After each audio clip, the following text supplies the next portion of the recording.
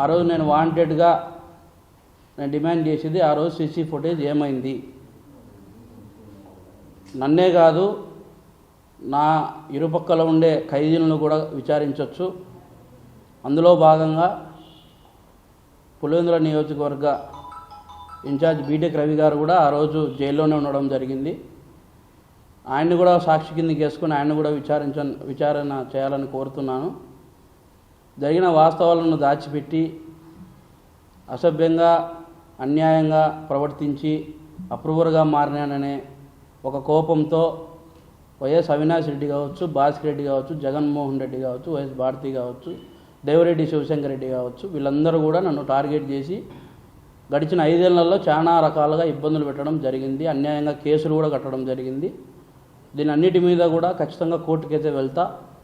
కానీ నాకు జరిగిన అన్యాయాన్ని ఖచ్చితంగా ఎస్పీ గారికి, ప్రస్తుతం ఉన్న హర్షవర్ధన్ రాజు గారికి వివరించాలని ఖచ్చితంగా కూడా నేను అనుకుంటున్నాను. ఎందుకంటే కూటమి ప్రభుత్వం చంద్రబాబు నాయుడు గారికి వైఎస్ వివేకానంద రెడ్డి గారి హత్య కేసు ఛాలెంజ్గా నిలుస్తుందని నేను అనుకుంటా ఉన్నాను.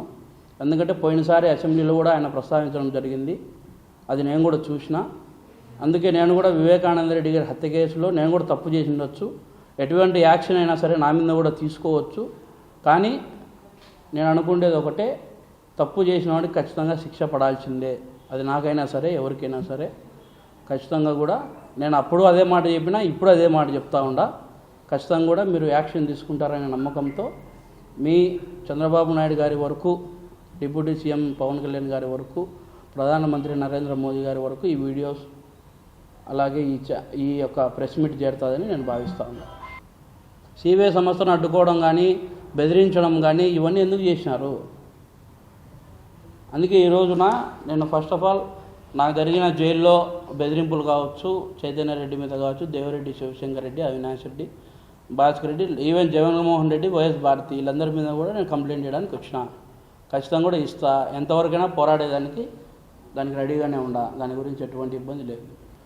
ప్రాణహాని ఉందనే కాకుండా నాకు జరిగిన అన్యాయాన్ని నేను చెప్పుకోవాలి కదా. ఇప్పుడు వచ్చిన కొత్త ఎస్పీలకు కావచ్చు, ఆఫీసర్లకు కావచ్చు తెలియదు కదా నాకేం జరిగింది అనేది. వాళ్ళకి ఖచ్చితంగా విన్నవించుకోవాలి కాబట్టి వాళ్ళ దగ్గరికి నా యొక్క బాధలు తీసుకొని పోవాలని చెప్పి ఖచ్చితంగా కూడా నేను తెలియజేసుకుంటున్నాను. నాకు సపోర్ట్ చేయకపోయినా పర్వాలేదు, నా కేసు నిగ్గు తెలిస్తే చాలు. నాకు సపోర్ట్ చేయాలని రూల్ ఏం లేదు, సపోర్ట్ నాకు చేస్తానని కూడా నేను అనుకోలే. కానీ జరిగిన వాస్తవాలను బయటికి తీసి నిందితులను ఖచ్చితంగా కోర్టుకు పట్టేయాలా, శిక్ష పడాలా. అది ఈవెన్ నేనైనా సరే, నేను ఈరోజు నన్ను నేను ఎక్స్క్యూజ్ చేసుకోలే. ఈవెన్ నేనైనా సరే అందరూ కూడా శిక్ష పడాల్సిందే తప్పు చేసిన వాళ్ళకు అని చెప్పేసి నా ఆలోచన. ఖచ్చితంగా కలిసి నా యొక్క చంద్రబాబు నాయుడు గారిని కలుస్తా, ఈవెన్ డిప్యూటీ సీఎం గారిని నేను కలుస్తా, నారా లోకేష్ గారిని నేను కలుస్తా. ఖచ్చితంగా చెప్తా, నాకు జరిగిన అన్యాయాన్ని పూసగుచ్చినట్టు మొత్తం A to Z చెప్తా. చెప్పిన తర్వాతనే వాళ్ళు ఏ పరమైన యాక్షన్ తీసుకుంటారో, ఎటువంటి యాక్షన్ తీసుకుంటారో చూడాలి.